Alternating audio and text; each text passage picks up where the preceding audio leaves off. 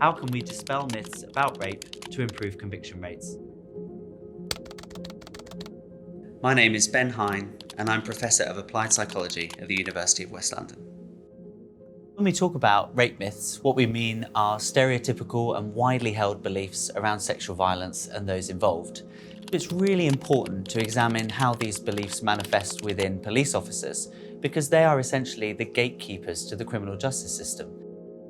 So it's really important to understand whether they hold these attitudes, and if they do, whether it influences the work that they do. I conducted a large-scale study with Metropolitan Police officers looking at their attitudes and their judgments around sexual violence.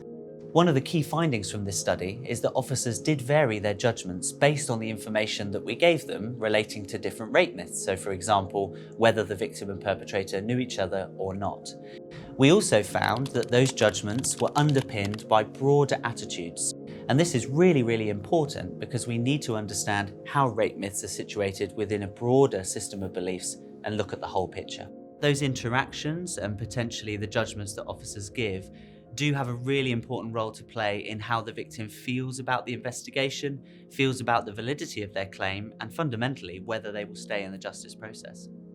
So when we think about possible solutions to this issue, most of those focus around training and providing professionals within the criminal justice system, and indeed outside of the criminal justice system, with the awareness that they need and a trauma-informed approach to understand the needs of victims and also the impact that rape myths may play, both from themselves and also in broader society.